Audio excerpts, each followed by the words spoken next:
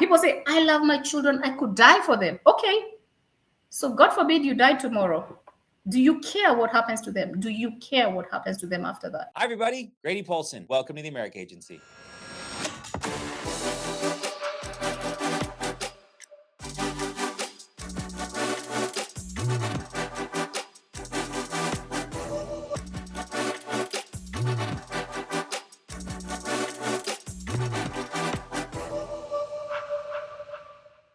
Hello, everybody. Grady Polson. Welcome to the American Agency Call. So excited to have Bilha Wachira on with us. Help me say it the right way.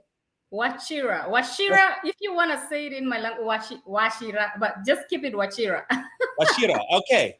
Bilha Wachira on it. I had the great pleasure to meet her recently at a IUL training event, and without question, it was the highlight of, not only was it nice meeting a bunch of other people, but it was so great to meet someone who's doing things differently and doing things differently at an elite level. And I don't know what's above elite.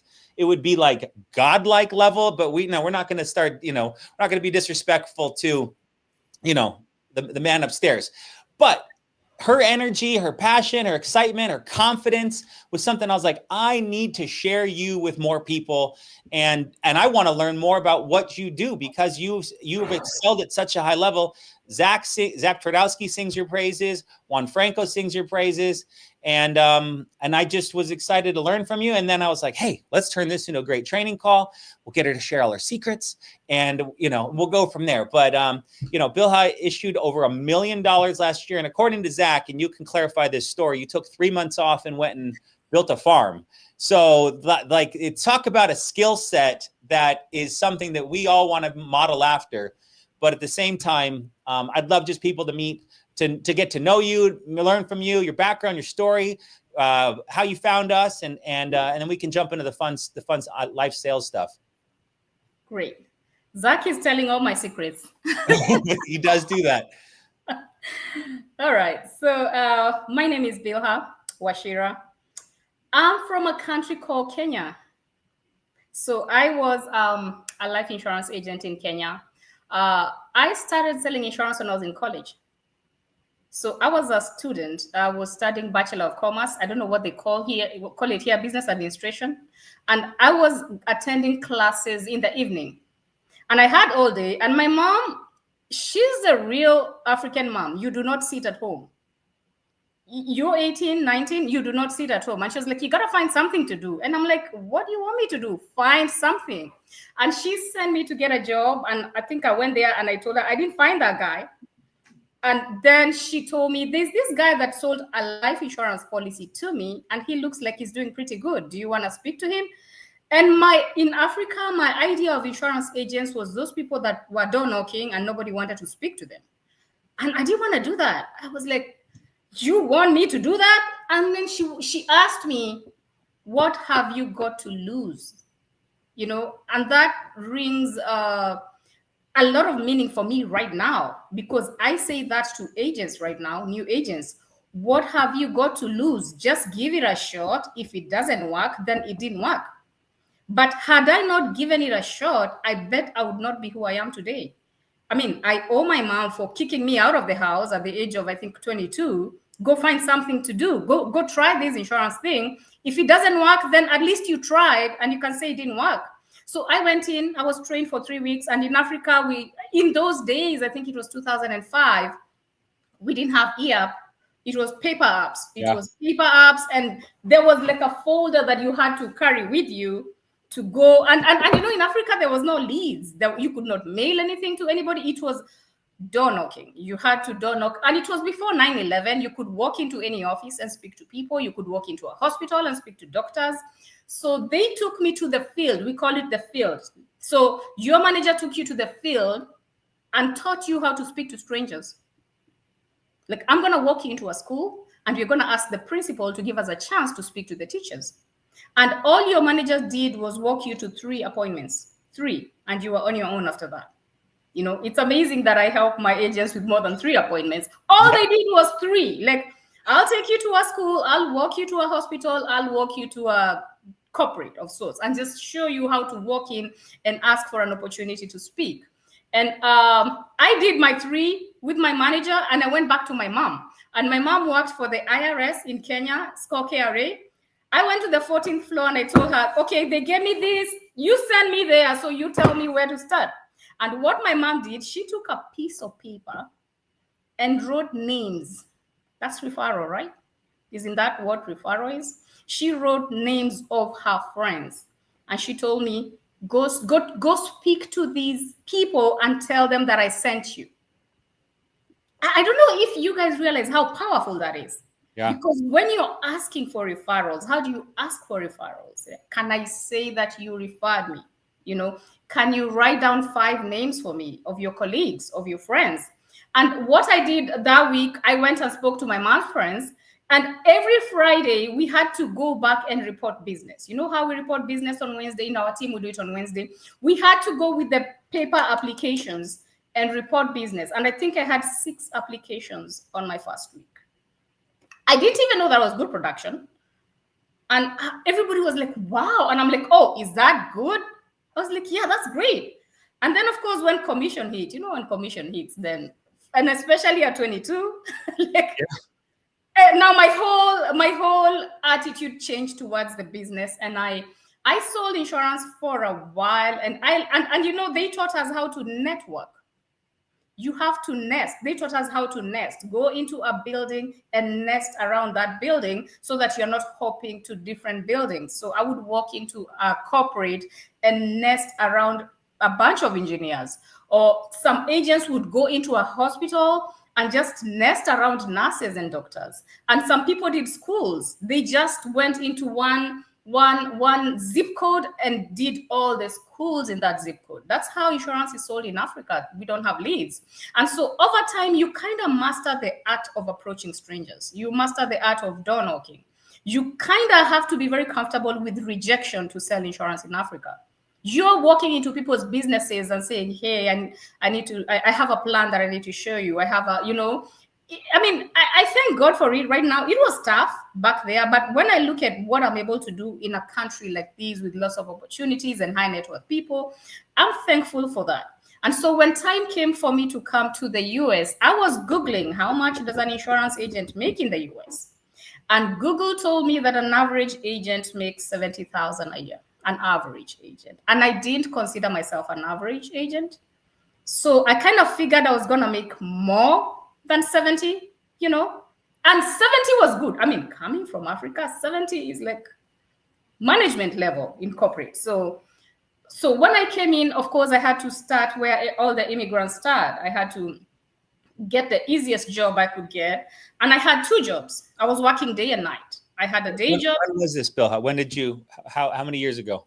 2018 is when I started working in this country. 2018. Amazing. Yes. Okay. So that's 6 years ago, I guess. Yeah. So you live, just for clarity, so people know, you live in Washington. I live in Washington State. And is that where you moved here when you moved here? Is that where did you start in Washington? I came into Texas for a month and then I crossed over to Washington. Like, it's hot in Texas. I'm gonna go. And I'm glad I'm here. I mean, there's way more opportunities here. Yes. When I look at how I network here, I would choose Washington any day. Amazing. But I was working for, well, let me say this. I studied for my license. I went to a school. Like, I didn't even know there was online. I had nobody to hold my hand, literally nobody to tell me where to start. So I walked to an agency where I bought my auto insurance and I told them, I would like to sell life insurance in this country. Do you know where I can start? And they said, to begin with, you need a license. And there's a school up the road. So I went to the school up the road. And when I was in the school up the road, some recruiters got a hold of me. And they were from a company, I'm not going to name it. They're very aggressive, And they said, once you get your license, we can, they would show up at the end of class and try to recruit brand new agents. And they said, once you get your license, we would want to show you how to get into the industry. And I took their number. I didn't know how to get into the industry, so I took their number. So I studied and passed my life insurance license. And when I got my license, I called these guys and they came a beehive of them. Like, somebody brought their manager and another manager, so there was three, and I was telling them my story, and I wanted to know what comp they were going to start me with. And they said, oh, they had this big story about people making millions in their industry, right? That they said me they were going to start me at 35%. Oh, all at once, huh? I was like, I just came from a third world country and I didn't make 35. So I don't think you're the right fit for me. Google tells me something else. So I'm not sure. I don't know where to start, but I know it's not going to be with you guys. So I took my time before I signed up with an IMO, and I honestly did not know where to start. So I went to Facebook. I'm very good at researching things. I'm awake at 2 a.m. in rabbit holes looking for information. So I went to Facebook and I would DM random people. So I would type life insurance and I would DM random people. And I talked to, and insurance agents are amazing people. They would get back to me, and I would say, I'm trying to get into life insurance and I've already spoke to this IMO and I'm not going with them. I need a way to get, because I would call insurance companies and they would tell me, you cannot work with us directly. You have to find an IMO. I didn't even know what an IMO was. And so this guy told me, so what do you have in mind? What's your goal? And I said, I'm a producer. Like I believe I'm a good producer, and I'm looking for a company that would give me a good comp, And he asked me, are you looking to build? I said, I don't think I want to build right now, because building in Kenya was kind of complicated, because I watched how managers who managed, I saw agents making more money than managers that managed teams. So it was not done the way it's done here. In Kenya, you had to stop working to run a team. And I kind of did, I didn't come into this thinking I was going to build a team. So I was like, I'm just looking for the company that will give me the highest comp in the industry. And then he told me, you need to go find Family First Life. Yeah, that's what he said. He didn't even work for FFL. And he said, if you're looking for the highest comp, you need to go find Family First Life. And I wish I could find him, and just thank him. He has no clue what he did for me, because I would have started pretty low if he didn't tell me about FFL. So I went on Facebook again, Family First Life near me. I would go to Google. I would go to Family First Life near me. So I went to Google Family First Life near me, and an agent popped up that lived 10 minutes from me. And I sent him a text message because his phone came up. And then I went to Facebook and I Googled Family First Life near me, because I didn't want to pull up an agent in Texas and I was in Washington. And I pulled up and I found Brian Rowlands, and I sent him a message. And Brian was so fast.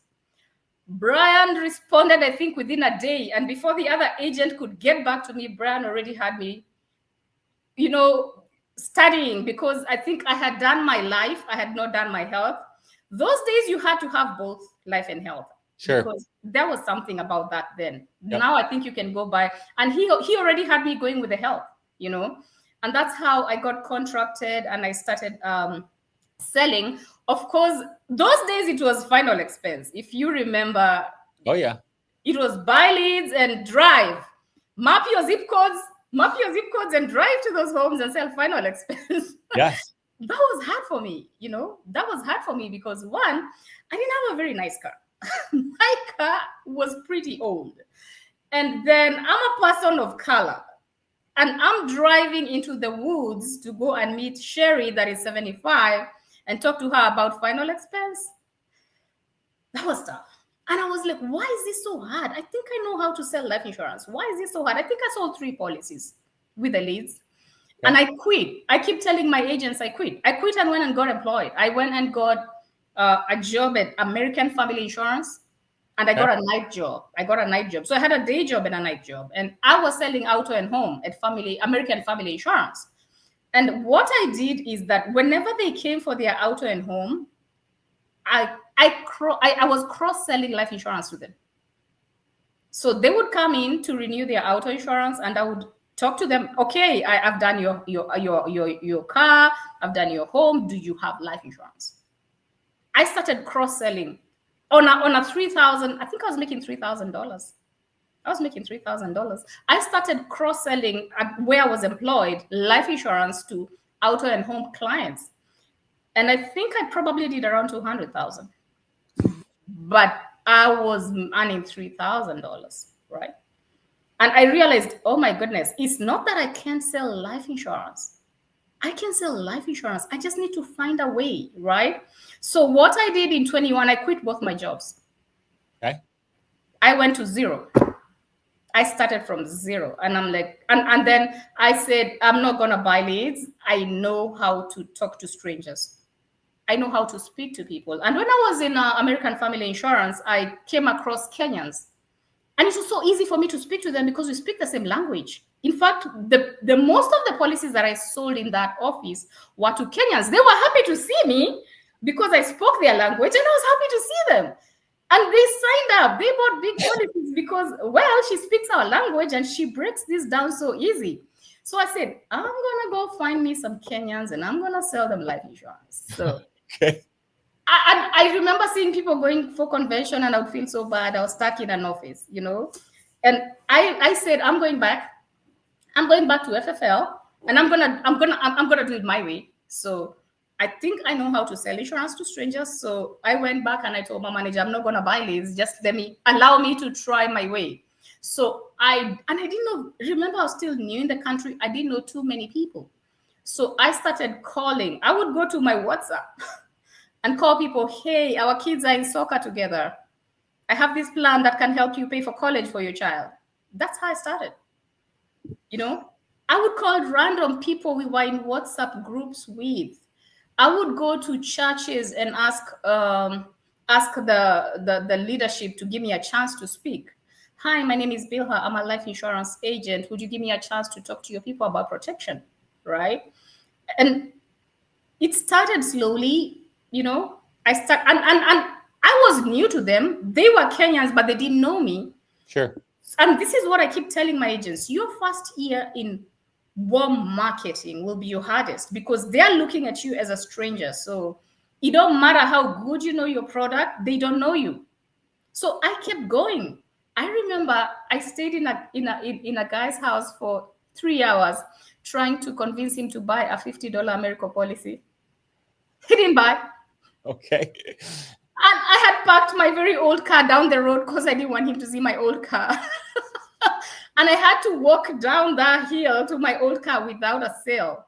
If I didn't quit that day, I don't think anybody should. Because you see my journey, I'm coming through, a lot of trial and error. I try this, it fails. Try this, it fails. And I kept at it. And I kept going to a point where they're like, oh, you're the insurance girl. So I'm going to soccer with my business cards. If I'm taking my son to soccer, I'm giving all the parents. So as my son is playing, I'm talking to all the parents over there. Hi, my name is Bilha. Do you have something for your son for college? Are you protected? I'm networking around the parents while the kid. And then I remember there was what is it called? Is it a beauty contest? Pageant. There was a pageant, and I went and I asked, who is the leadership? Who is the organizer? I saw there were sponsors. I didn't even have a penny to sponsor, but I had the guts to go and tell the leadership, hey, I would want to have a chance to say something next time you have something like this, And I started going to little events in my neighborhood, just saying, hey, I would like a chance to speak. I would want to speak to you. And then I discovered that there's a Facebook group for Kenyan women in the USA, and it had 14,000 members. So very quickly, I joined that group, and I started doing live videos in that group. And that's where now my business picked up. I went into a group called Kenyan Women in the USA, a group I love dearly, I support, because I don't know if my career would have picked up had I not gone into that group. And this is the most beautiful thing about Facebook. It's one thing when I'm speaking to 12 parents at soccer practice, right? And it's another thing when I go into social media in a group that has 14,000 people and I'm doing a live video. It means 3,000 people are watching me. I mean, it's 12 parents, one-to-one, or 3,000 people on social media. So I started doing my live videos in that group. What do you talk about? I would talk about protection. I would talk about if something happened, if you didn't get home today, if you didn't get home today, would your kids pay the mortgage? You know, would your home be foreclosed? If God forbid you got a cancer diagnosis and you could not work again, would you want compensation? Are you prepared for retirement? What are you doing for your retirement? How much money do you think you need to retire? And there were times I didn't even have people watching. And there was a time there was 5 people watching, and then even the 5 would leave. But I kept going. I think I have about 30 videos in that group right now. But right now, when I go in, I would have 100 people watching. They know me, right? And then they started identifying me with life insurance. And anytime they came, somebody would come and say, "Hi, Bilha." Now they know my name. But guess what? They had to see me, what, 12 times? And that's why I say anything you do to put yourself out there takes time. They have to see you 3, 4, 5 times talking about the same thing until they can identify you with that thing. People know me as a life insurance agent. I mean, I walk into a social place and they say, "Hi, Bilha, I want you to talk to my husband about life insurance." I don't even know who they are, but they know me. They just know I'm the life insurance person, you know? So it has gotten easy over time as more and more people saw me doing the same thing over and over. Repetition is the master. Repetition. You don't have to be smart. You don't have to know everything. You just need to say it over and over until when they think life insurance, nobody else comes to mind for them. Somebody called me last week and they said they were selling to an agent, and when they were selling to a client, and when they were done, the client sent them my video and told her that's how life insurance is sold. I don't know what they did, but somebody sent them my video. So that is to tell you it's taken time to build a brand in that community, right? So for me, I believe what we do is important, right? The awareness. And when I was at Family First Life, I attended a workshop. If you look at this book, this is Jim Effner. It's called Bridge Your Gap. I wanted to understand protection. Before we get to cash value, I wanted to understand protection. And I attended that workshop, and it was eye-opening, you know. I read this book, and I tell people you don't have to read everything in a book. I think I read page 170 to page 190, and I figured everything I need to talk to people about protection. I went into my community, and people had 100,000 in protection. And this book told me at least $1 million, right? They have minors, they have a mortgage, they want their kids to go to college. So I learned how to have protection conversations with people. So if you didn't go home today, how does that look like? Paint that picture for me. You have a mortgage, okay. What are the payments? Would your spouse be able to make those payments? Would your spouse go to work or take care of the children, because there's 2 of you right now and one takes care of the children and one goes to work? So if you didn't go home today, would your husband go to work or babysit? So would if mortgage payments didn't come home, would there be foreclosure? Would your children lose the home? Do you still want your children to eat when you're gone?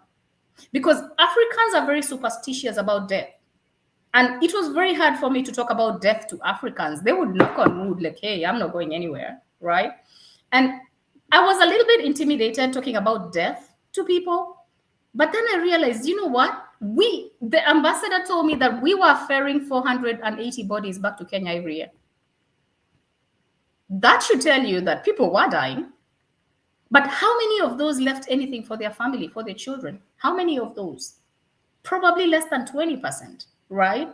And what is the cost of insurance? And I started a campaign that I call $1 million for 100, $1 million for less than 100. And that's the NLG term policy. Anybody below 40 can get $1 million for less than 100. And this is what I tell people. You can get $1 million for less than 100. What do you do with $100? You take your children to McDonald's and buy them hamburgers and fries and a McFlurry, and $100 is gone. But if you didn't go home today, these kids would be homeless. These kids would not have a birthday party. These kids would probably not get to college. Do you care beyond this point? And when people tell me I don't care when I'm gone, and I'm like, who are you referring to when you say you don't care? because these are your dependents, these are your children, this is your spouse.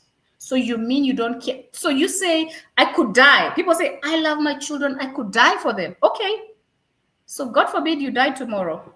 Do you care what happens to them? Do you care what happens to them after that? And that gets them. And I ask them, what do you do with $100 that you're not going to protect your children with it? You go buy a pair of shoes that you don't wear, it doesn't bother you.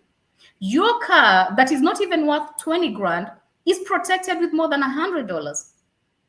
That should you lose your car, you get a brand new car. But for you, whose life your children depend on, if something happened to you, do you care? Do you care that your children eat? Do you care that your children keep the home? And that has worked. That, for me, protection is not something I'm apologetic about. I see agents trying to position themselves as investment advisors, as, I don't know, some say I'm an attorney, estate planning. People try to act like they're not insurance agent. I'm a life insurance agent first, because without protection, everything else is irrelevant. Okay, let me say, I just bought up a house and it's worth $500,000. I mean, I'm doing pretty good, right? I'm doing pretty good. I'm a homeowner, right? But if I dropped tomorrow, does my child own a house worth $500,000? The house is not fully paid. And I tell people, I get it. You have 3 homes. You have done pretty well for yourself. What's the mortgage balance on the 3 homes? So if you drop dead tomorrow, your kids don't really own the homes. Foreclosure will come faster than they can say, give us 3 months to raise the mortgage, right? So people think that they have net worth or they're doing well because maybe they are making 6 figures, and they think, okay, I don't see my children suffering if something happened to me. Can your children run your business? Okay, I have a 14-year-old right now. People think that I'm doing pretty well. Like, people look at me and think, oh, she's doing pretty well. Oh, she has invested in real estate and this and that. So if I did show up tomorrow, is Jaden going to come and sell life insurance so that the agency can keep bringing in money? I mean, the mortgage company will still expect payments, right? My child still will want to go to college. So it doesn't matter how many properties I have in real estate. If they are not fully paid, that is debt. So it starts with protection. It doesn't matter how hot the debate is. It doesn't matter whether they are CPAs, whoever intellectuals are on the table, whether it's an investment conversation or a retirement conversation, there is no way to start it without protection. You have a 30-year goal. Okay, in 30 years, I'll be worth $5 million. But I'm in year 2. What guarantees do I have that I will not suffer disability, that my spouse will not get cancer before we get to year 10? We are drawing 30-year goals with no protection. We are sitting ducks, all of us, like sitting ducks, me included. Cancer does not tell you, hey, I'm checking in 2 years, pay off your home. Cancer doesn't tell you that. When you get on a plane, you pray that they signed it off, whatever engineer signed it off, that is safe to fly.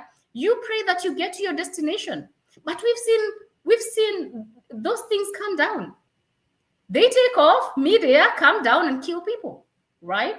Yeah. So ideally, we are sitting ducks when you don't have protection. I don't know if everybody feels as insecure as I feel. Before you can say my net worth, I am worth $2 million. Literally, my homes are paid off. I have $1 million in liquid. How many people can say that? Not many. For you to tell me you don't need protection. So your homes are paid off. Nobody's coming for your homes if mortgage payments don't come. I have $1 million. My child can have a birthday party and go to college. Should I not go home? How many people can say that? Half the people cannot even afford a mortgage payment should they get cancer and not clock in. 60% of America are just one paycheck away from bankruptcy. And people say life insurance is for the rich. The rich can afford. They can afford a disability. I mean, Jeff Bezos can afford to take care of his whole 3 generations down. You, who is living paycheck to paycheck, you're the one that needs insurance more than everybody. Because should you suffer a disability, then your spouse becomes your caregiver and you both go bankrupt.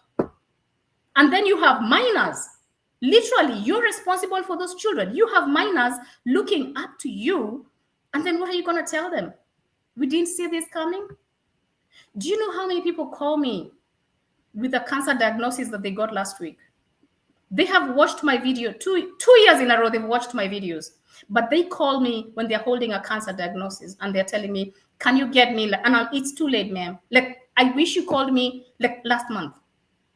So, and then I ask them, so how is your financial situation? Because you're gonna be going for treatment for the next 3 years. You're gonna have multiple surgeries. You are likely going to lose your job. I mean, how many employers are going to keep you if you don't clock in for 3 months because you're going through treatment and the treatment is driving you crazy? I had one of my clients go to Kenya because health insurance could not pay for her pain medication. And she could not afford it out of pocket. So she had to fly to Kenya where she can seek alternative treatment, right? So I'm very passionate about protection, and I'm not apologetic about death because I've seen people leave children that are in the system. I tell my community, we have Kenyan children in the system, in foster care, because nobody wanted to take care of those children and the parents didn't leave nothing. So how do you sleep at night knowing that you don't have $100, $200 protecting your family? And your family, I mean everybody. Everybody. When I go to a family, I'm protecting you, I'm protecting your spouse and your children. I'm protecting you, your spouse, and your children. Why? I have had stories that are, I have a client whose son was shot in Maryland. And she could not live in that state. She didn't work for a whole year. She could not get out of bed. So, one, you're grieving. We get it. You're grieving. But your bills don't know you're grieving, right? The mortgage company doesn't know you're grieving. They are still gonna come collect.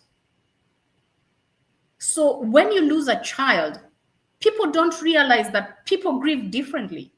So when I say protect your child, I'm not trying to tell you to make money when you lose your child or when your child is sick. I'm just trying to provide resources for you to support your child so that you don't go bankrupt as you're supporting your child.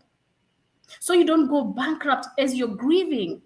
Misfortune will hit your none of us are immune to misfortune, death, accident, and illness. But we're trying to say, I want you not to have to worry about money when you're grieving or when you're unwell. Can we put you in a place that you're not worried about money when you're seeking treatment? Can we not have you depend on the community? Go fund me. We were cracking jokes in Dallas and we were saying, go fund yourself. Like, it's not go fund me, go fund yourself. Because I come from a very supportive community, and anytime we go fund me, we raise $20,000.